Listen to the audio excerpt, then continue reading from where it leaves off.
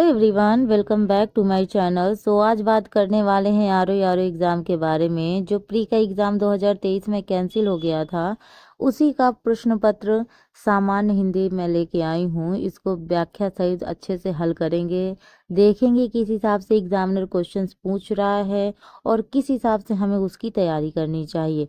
इससे पहले मैंने सामान्य अध्ययन का पेपर सॉल्व करवाया है, पार्ट 1 एंड पार्ट 2 करके। यही जो चैनल पे अनब्रेकेबल प्रतिभा है, इसी में आपको मिल जाएगा।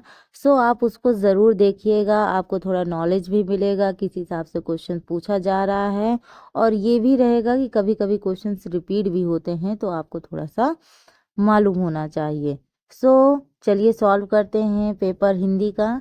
तो देखते हैं पहला क्वेश्चन क्या पूछा जा रहा है। पहला क्वेश्चन पूछ रहे हैं कि विलोम शब्दों का अशुद्ध युग्म बताना है। ऐसा युग्म बताना है, ऐसा जोड़ा बताना है जो गलत हो। ठीक है, तो ए में पूछा गया है अधिकतम अत्यल्प, बी है अधि अनध, सी कह रहा है अधः उपरि और डी कह रहा है इष्यत अलम।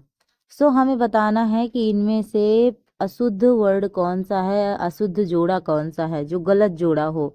तो अधि की जगह अगर अध होता सही होता, तो अधि और अनध क्या है, अशुद्ध जोड़ा है। ठीक है, क्वेश्चन नंबर 2 में रात्रि का पर्यायवाची पूछा गया है। रात्रि का पर्यायवाची है D, option number D, Sharvari. ठीक है, रात्रि के और भी पर्यायवाची हैं। रात्रि को निशा भी कहते हैं, रात कहते हैं, रैन, रजनी, यामिनी, त्रियामा, विभावरी और क्षणदा भी कहते हैं। तो ये हैं रात्रि के पर्यायवाची। अगर पूछा जाए बिजली का पर्यायवाची, बिजली का पर्यायवाची पूछा भी गया था।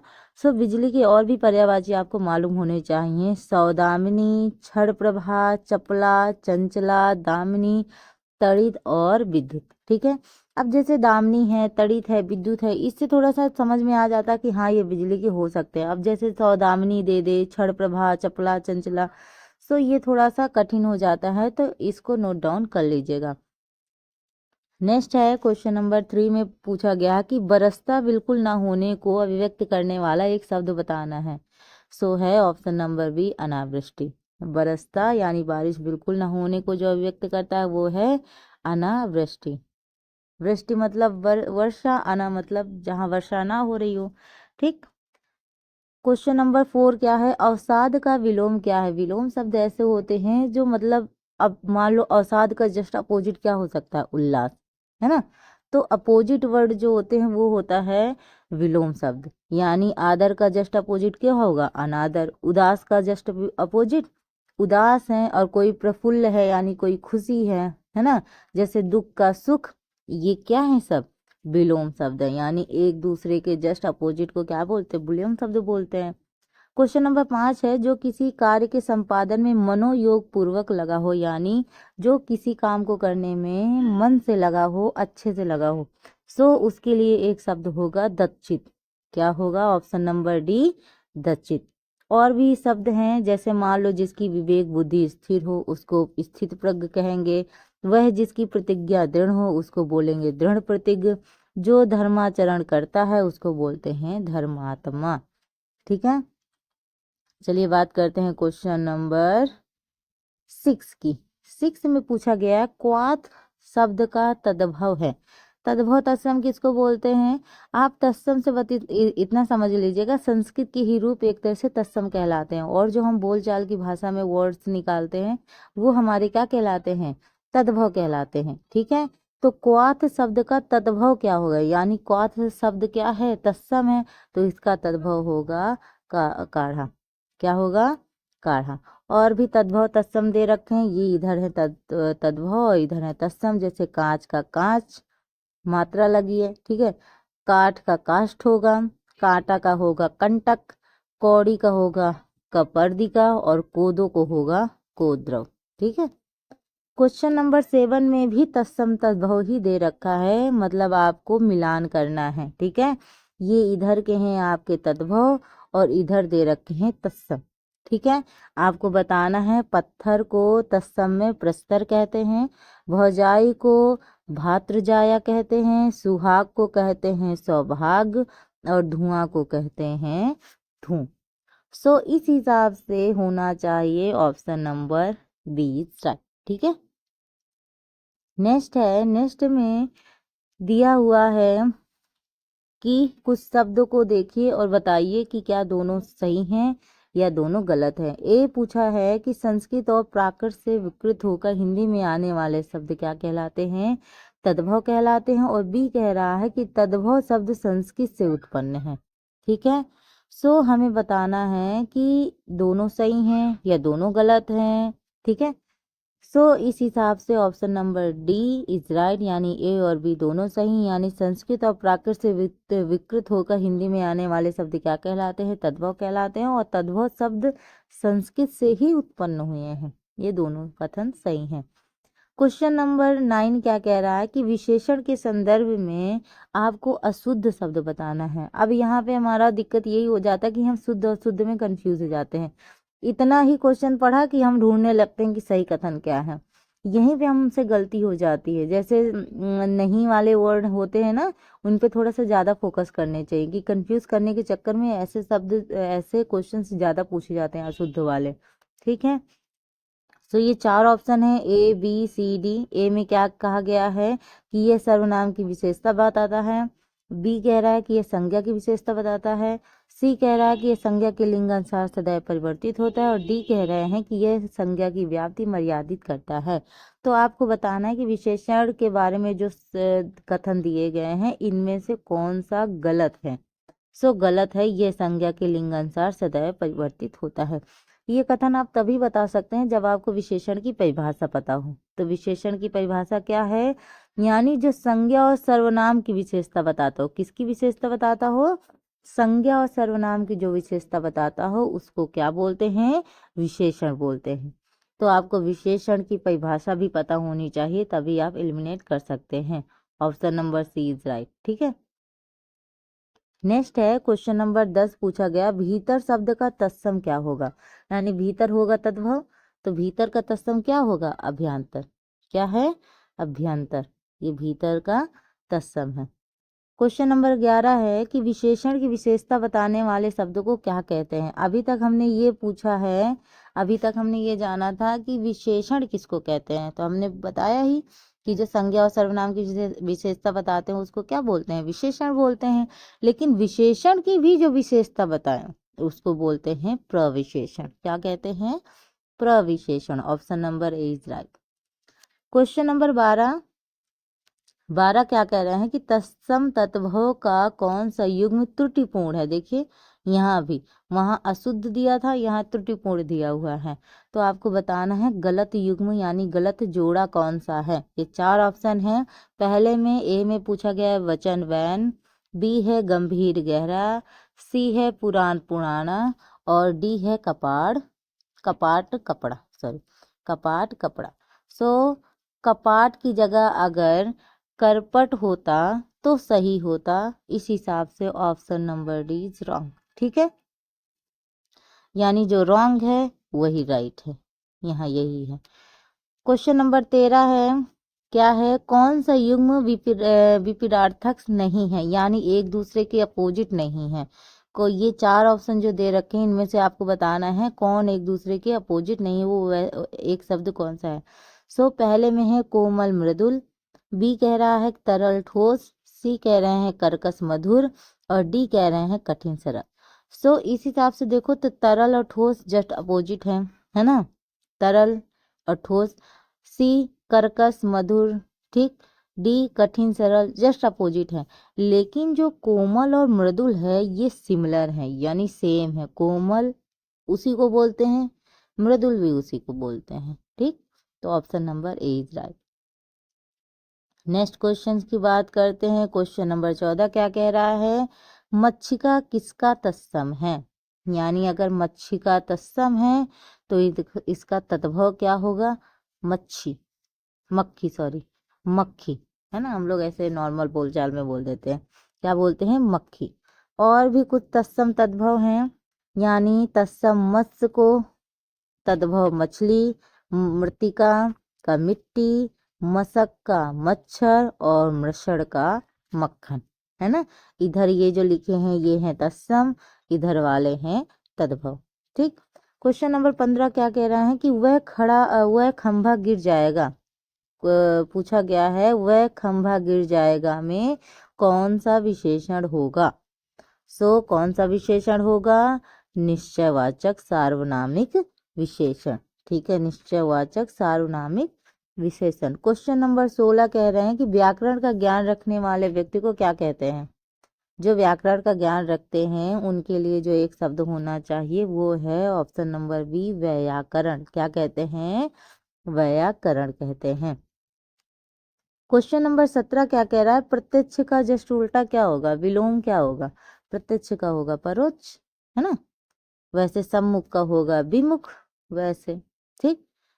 क्वेश्चन नंबर 18 पूछा गया था कि घोटक का सटीक पर्यायवाची है। घोटक मतलब घोड़ा, घोड़ा का पर्यायवाची पूछा गया है तो घोड़ा का पर्यायवाची है ऑप्शन नंबर ए, अश्व। और भी पर्यायवाची हैं जैसे वाज है, तुरंग, घोड़ा, सैंधव, ये सब किसके पर्यायवाची हैं, घोड़े के पर्यायवाची हैं। वैसे ही अगर संबूक के पर्यायवाची पूछ ले तो घोंघा, शंख और एक दैत्य का नाम भी क्या है, संबूक है। क्वेश्चन नंबर 19 कह रहा है कि शुद्ध वर्तनी वाला शब्द आपको बताना। ये 4 ऑप्शन ऐसे हैं जिनमें से 3 अशुद्ध हैं यानी गलत लिखे हुए हैं और एक ऐसा है जो शुद्ध मतलब सही लिखा हुआ है। तो आपको बताना है इनमें से सही वाला कौन सा है। तो अनुग्रहित, अब देखो ए और डी में थोड़ा सा कंफ्यूजन हो सकती है, बी तो एलिमिनेट कर सकते हैं इजीली। ठीक है कि अनुग्रहित लिखा है इसमें, लेकिन बोलते क्या है, अनुग्रहित बोलते हैं, यानी option number D is right, option number D. ठीक है।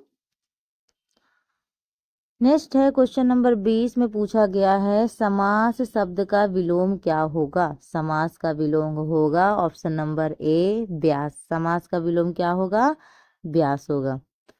पूछा गया है क्वेश्चन नंबर 21 में सूरसुता पर्यायवाची है, किसका पर्यायवाची है सूरसुता, नर्मदा का कि कावेरी का कि गंगा का कि यमुना का। सूरसुता है यमुना का पर्यायवाची। और भी यमुना के पर्यायवाची हैं, सूर तनया है, कालिंदी है, अर्कजा है और कृष्णा है। ठीक है। अब मान लो इस बार तो यमुना का पूछा गया, अगली बार हो सकता है गंगा का पूछ ले। गंगा के भी पर्यायवाची आपको पता होनी चाहिए, देव नदी, देवपगा, ध्रुवनंदा, मंदाकिनी, भागीरथी, सुरसरिता, ये सब किसके हैं, गंगा के पर्यायवाची हैं। क्वेश्चन नंबर 12 कह रहा है कि नारियल शब्द का तत्सम क्या होना चाहिए। अगर नारियल का तत्सम पूछा है तो नेचुरल सी बात है नारियल होगा तद्भव। नारियल का तत्सम है सी, नारिकेल। नारियल का तत्सम क्या है, नारिकेल, जैसे नवनीत का है मक्खन। ठीक। क्वेश्चन नंबर 23 क्या कह रहा है कि खूबसूरत और काला ईरानी घोड़ा मैदान में दौड़ रहा है। इस वाक्य में कितने विशेषण हैं और कितने विशेष्य हैं। खूबसूरत और काला ईरानी घोड़ा मैदान में दौड़ रहा है तो इसमें 3 विशेषण और 1 विशेष्य है।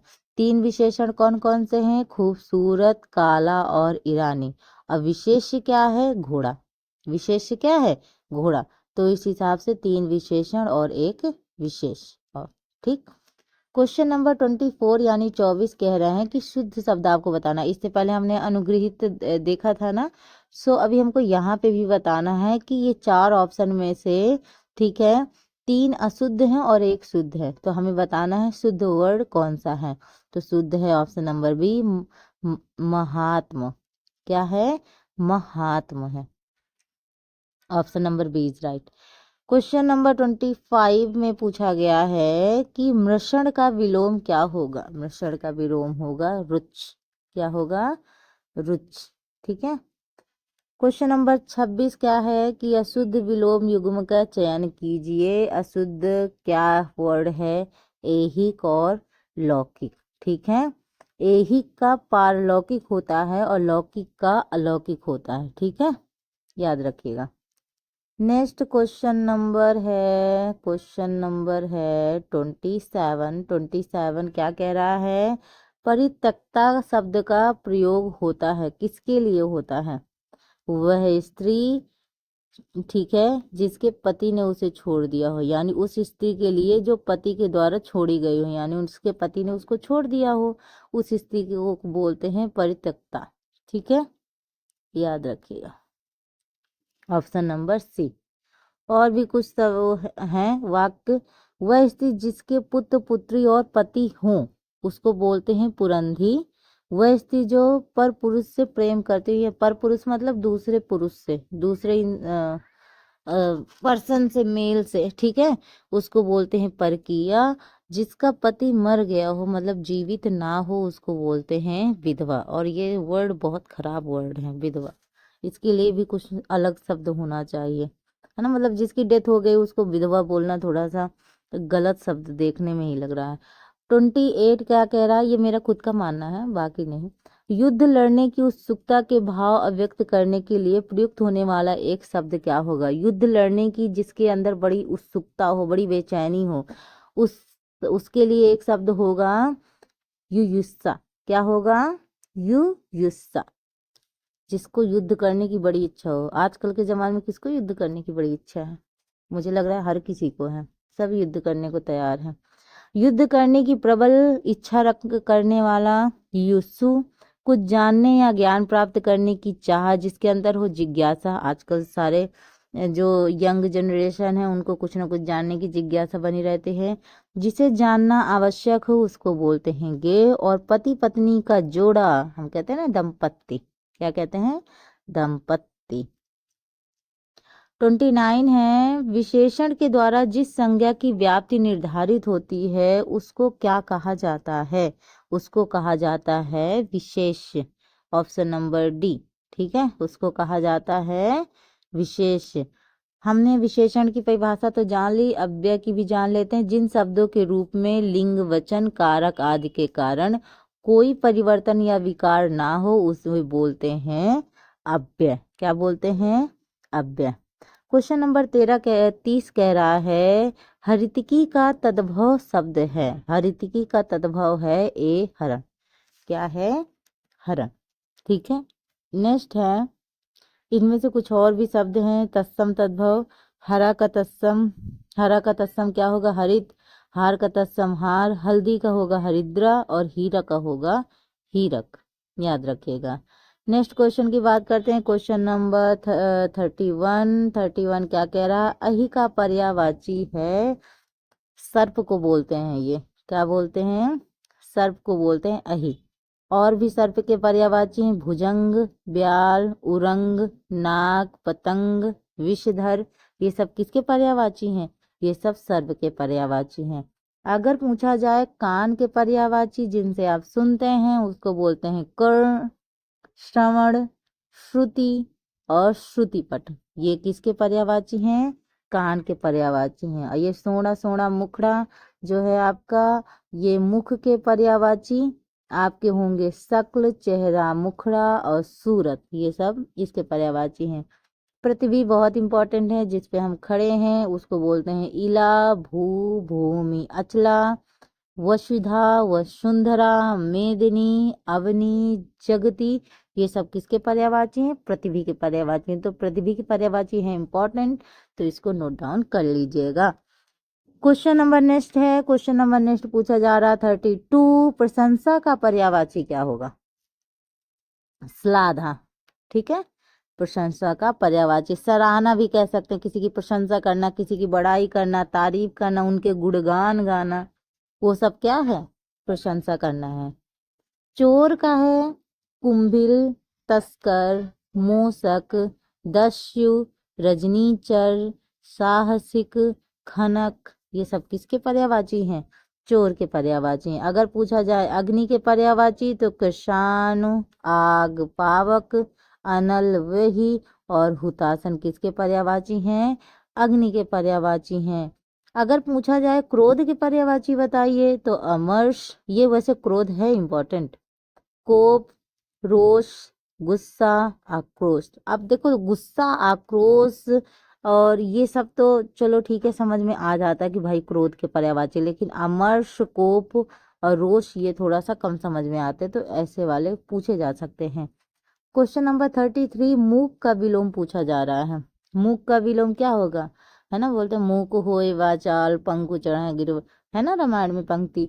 सो मूक का होगा वाचाल। मूक मतलब जो बोलता ही ना हो, वाचाल मतलब बिकू पटर पटर करने वाला, मतलब बहुत ज्यादा बोलने वाला, है ना। मृदुभाषी का होगा कटुभाषी, बधिर का होगा सुनना, है ना, जिसको सुनाई ना दे वो बधिर, और जिसको सुनाई दे वो सुनने वाला। एकत्व का होगा विकीर्ण, और उन्मूलन का होगा रोपण। 34 क्वेश्चन कह रहा है कि निम्नलिखित वाक्यों में एक वाक्य अशुद्ध है, उसे पहचानना है। इन चारों में से एक शब्द अशुद्ध है, ठीक है, और इनमें से है सब्जी महंगी है, उपरोक्त पंक्ति अच्छी नहीं है, सी कह रहा है मोहन पौधे सींच रहा है, और डी कह रहा है गीता ने पत्र लिखा। तो हमें बताना है कि इनमें से अशुद्ध कौन कौन सा है। तो अशुद्ध दोनों है, सब्जी महंगी है, ठीक है, ये भी अशुद्ध है, और बी उपरोक्त पंक्ति अच्छी नहीं है, ये भी क्या है, अशुद्ध है, ठीक है। उपरोक्त पंक्ति अच्छी नहीं है, ये भी अशुद्ध है, ठीक, याद रखिएगा। उपयुक्त पंक्ति अच्छी नहीं है, ये होना चाहिए था उपरोक्त की जगह, ठीक है। और यहाँ महंगी वर्ड थोड़ा सा, सब्जी महंगी है में महंगी गलत लिखा है। नेक्स्ट है क्वेश्चन नंबर 35, क्या कह रहा है, स्वेद से उत्पन्न होने वाला एक के लिए शब्द होगा। स्वेद मतलब क्या होता है, पसीना, ठीक है, तो स्वेद का होगा स्वेदज, क्या होना चाहिए, स्वेदज। और भी हैं, अगर अंडे से उत्पन्न होने वाला हो तो अंडज हो जाएगा, जिसने 2 बार जन्म लिया हो उसको बोलते हैं द्विज, गर्मी से पैदा होने वाला उष्मज, उष्मा मतलब गर्मी होती है तो उष्मज हो गया, ठीक है। नेक्स्ट है क्वेश्चन नंबर 36। 36 क्या कह रहा है, जो युद्ध में स्थिर रहता है उसके लिए प्रयुक्त होने वाला एक शब्द है युधिष्ठिर। क्या है, युधिष्ठिर, महाभारत में आपने सुना होगा युधिष्ठिर का नाम। सो जो युद्ध में स्थिर रहता हो उसको बोलते हैं युधिष्ठिर। क्वेश्चन नंबर 37 पूछा है, दृश्य मनोरम था वाक्य में प्रयुक्त विशेषण है। दृश्य मनोरम था, ठीक है, इसके लिए जो शुद्ध मतलब प्रयुक्त है जो विशेषण वो है गुणवाचक विशेषण। सुन के ही अच्छा लग रहा है, दृश्य है ना, दृश्य मनोरम था, अच्छा था, ठीक। 38 कह रहा है औरस का विलोम है, औरस का विलोम है दत्तक, औरस का विलोम क्या है, दत्तक, ठीक। कामदेव का क्वेश्चन नंबर 39, कामदेव का पर्यायवाची है पुष्प धन्वा, ठीक है। कामदेव के और भी पर्यायवाची हैं, मनमथ, मदन, काम, कदर्प, मनोज, अनंग। ये किसके पर्यायवाची हैं, कामदेव जी के पर्यायवाची हैं। अगर पूछा जाएगा इंद्र के पर्यायवाची, तो इंद्र के पर्यायवाची हैं पुरंदर, महेंद्र, देवराज, सुरपति, वासव, सुरेश और सुरेंद्र। ये किसके पर्यायवाची हैं, इंद्र के। अगर पूछा जाए शिव के पर्यायवाची, एक सेकेंड कहाँ जा रहे हो, शिव के पर्यायवाची पूछा जाए तो शिव के पर्यायवाची होंगे भूतेश, महादेव, शिव शंभु, गिरीश, पशुपति, शंकर, चंद्रशेखर। ये किसके पर्यायवाची हैं, शिव के। अगर पूछा जाए श्री विष्णु भगवान जी के पर्यायवाची जनार्दन, गरुड़ ध्वज, अच्युत, चक्रपाणी, है ना, चक्रपाणी आता है, दामोदर, केशव, माधव, चतुर्भुज, पीताम्बर और मुरारी। ये सब किसके हैं, विष्णु के पर्यायवाची हैं। क्वेश्चन नंबर 40 क्या कह रहे हैं हमसे कि बाएं हाथ से तीर चलाने वाला, लेफ्टी के बारे में पूछा जा रहा है ना, जो बाएं हाथ से तीर चलाने वाला है, मैं भी लेफ्टी ही हूँ, तो उसको बोलते हैं सब सांची। लेकिन मैं बाण नहीं चलाती, तीर नहीं चलाती मैं, तो उसको बोलते हैं सव्य सांची, ठीक है। Option number A is right. Question number next है 41, वर्तनी के अनुसार शुद्ध शब्द का चयन कीजिए। अब इनमें से 4 ऑप्शन दिया है, आपको बताना है शुद्ध क्या कौन सा शब्द है, ठीक है। आकार, अतिथि, वधु और कुआं, ठीक है। देखो आकार होता है ना कि आकार होता है, यानी ठीक है। बी अतिथि होता है, छोटी की मात्रा अतिथि, ठीक है। अब कुआं भी सही नहीं है, कुआं भी गलत है, तो कुआं भी अशुद्ध है, छोटा ऊ की मात्रा होना चाहिए, ठीक है। लेकिन वधु जो लिखा है ये सही, यानी option number C is right. ठीक। क्वेश्चन नंबर नेक्स्ट है 42। क्या कह रहा है? नित्य दिन दुखियों को भोजन देने की व्यवस्था के लिए प्रयुक्त होने वाला एक शब्द होता है, वो होता है सदावर्त। क्या होता है? सदावर्त। यानी दीन दुखियों को भोजन देने की व्यवस्था क्या बोलते हैं? सदावर्त बोलते हैं। नेक्स्ट है क्वेश्चन नंबर 43। 43 कह रहे हैं कि जिसे कभी बुढ़ापा ना आए। ओहो, जो कभी बूढ़ा ही ना हो, कितना अच्छा लगे जिसको कभी बुढ़ापा ही ना आए। बुढ़ापा ही तो सबसे दुखदाई होता है ना। बुढ़ापे में आपका हाथ पैर ज्यादा काम करना बंद ही कर देता है, और आपके जो पुत्र हैं वो भी आपका सहारा नहीं बन पाते। तो बुढ़ापा बड़ा दुखदाई होता है। बुढ़ापा उनके लिए अच्छा होता है जिनके बच्चे उनका साथ दें, है ना। तो ये वृद्धाश्रम ही ना हो। चलिए, अपने दुख को दूर करते हुए क्वेश्चन नंबर 43 का आंसर है ऑप्शन नंबर डी, अजर। क्या है? अजर। कभी बुढ़ापा ना आए उसको बोलते हैं अजर, है ना। नेक्स्ट है जिसकी कभी मृत्यु ना हो उसको बोलते हैं अमर। अजर अमर बोलते हैं ना, अजर है अमर है, मतलब जो कभी बूढ़ा ना हो, जो कभी मृत्यु को ना प्राप्त हो, है ना। जो दूसरों की उन्नति देखकर जलता हो, जिसको ईर्ष्या लगती हो, उसको बोलते हैं ईर्ष्यालु। यानी जो दूसरों की उन्नति यानी प्रगति को देखकर जल रहा हो उसको बोलते हैं ईर्ष्यालु। नेक्स्ट है 44। 44 में पूछा गया है संदेह का विशेषण होगा। ठीक है, संदेह का विशेषण होगा ऑप्शन नंबर ई, संदिग्ध। क्या होगा? संदिग्ध। नेक्स्ट है 45। प्रतिबिंबित में विशेष क्या होगा? प्रतिबिंब का ही होता है प्रतिबिंबित। ठीक है, और मतलब option number D is right. Next है 46। 46 में निम्नलिखित विकल्पों में तत्सम शब्द चुनिए। आपको बताना है तत्सम शब्द। ठीक है, हमने अभी बात की है तत्सम तद्भव की, तो ऑप्शन नंबर डी है, सॉरी सी है, सकल। क्या है? सकल है तत्सम। ठीक। अब इधर दे रखे हैं तत्सम और इधर दे रखा है तद्भव। ठीक है, सो देखो, गज का तद्भव होगा गयंद, शकुन का तद्भव होगा सगुन, मृगांक का तद्भव होगा मयंक, और सकल का होगा तद्भव समस्त। तो हमसे तत्सम पूछा गया था सकल का, अगर इसका तद्भव पूछा जाता तो समस्त होता। ठीक। Next question 47। 47 में निम्नलिखित शब्दों में शुद्ध वर्तनी वाला शब्द बताना है ना। शुद्ध वर्तनी वाला, सो शुद्ध वर्तनी का शब्द है ऑप्शन नंबर डी, अछोहड़ी। अछोहड़ी नहीं बोलते हैं, अक्षोहड़ी भी नहीं बोलते हैं, अछोहड़ी बोलते हैं। ठीक है, तो option number D is right.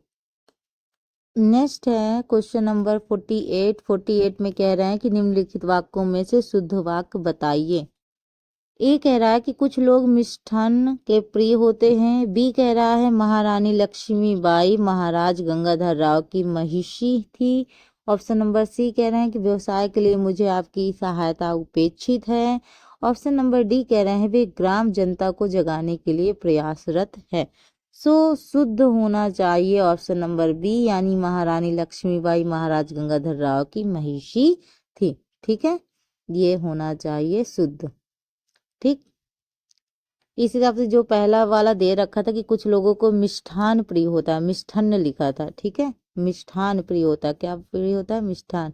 व्यवसाय के लिए मुझे आपकी सहायता उपेक्षित लिखा था ना, तो उपेक्षित की जगह क्या होना चाहिए था? अपेक्षित होना चाहिए था। ठीक है, वे ग्राम वासियों को जगाने के लिए प्रयासरत थे, और यहाँ क्या लिखा था? वे ग्राम जनता को जगाने के लिए। सो इस हिसाब से वो ऑप्शन गलत है। नेक्स्ट है क्वेश्चन नंबर 49। 49 में पूछा गया है कि जंगम शब्द का विलोम क्या होगा? जंगम का होगा स्थावर। Option number D is right, स्थावर। ठीक है, और भी हैं, जैसे मान लो अगर स्थूल का पूछ ले तो स्थूल का होगा सूक्ष्म, स्थिर का पूछे तो अस्थिर, और भयानक का पूछे तो रमणीय। नेक्स्ट है क्वेश्चन नंबर 50। निम्नलिखित में से आवर्तीवाचक विशेषण नहीं है। यहाँ गौर कीजिएगा, नहीं है, यहाँ हम गौर नहीं करते, जिसकी वजह से एग्जामिनर हमें गौर कर लेता है और फिर वो हमें फेल कर देता है। सो इस पे ध्यान देंगे आप तो इस चीज से बचे रहेंगे।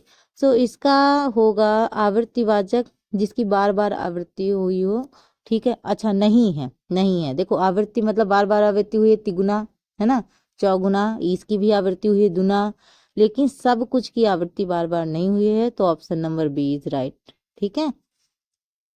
नेक्स्ट है द्रौपदी, बहुत इंपॉर्टेंट है, महाभारत में आपने देखा ही होगा। द्रौपदी का पर्यायवाची नहीं है, यहाँ पे भी गौर कीजिए। अच्छा, एक चीज तो समझ में आ जाती है इसमें कि एग्जामिनर का फेवरेट नहीं वाले क्वेश्चन ज्यादा है, क्योंकि उसको पता है कि भाई हाँ वाले तो इस कर ले जाएंगे, नहीं वाले में उनको ढूंढना मुश्किल हो जाएगा, तो नहीं कंफ्यूज करने के लिए। और यही होता है कि हम ढूंढने लगते हैं कि द्रौपदी का पर्यायवाची कौन सा है।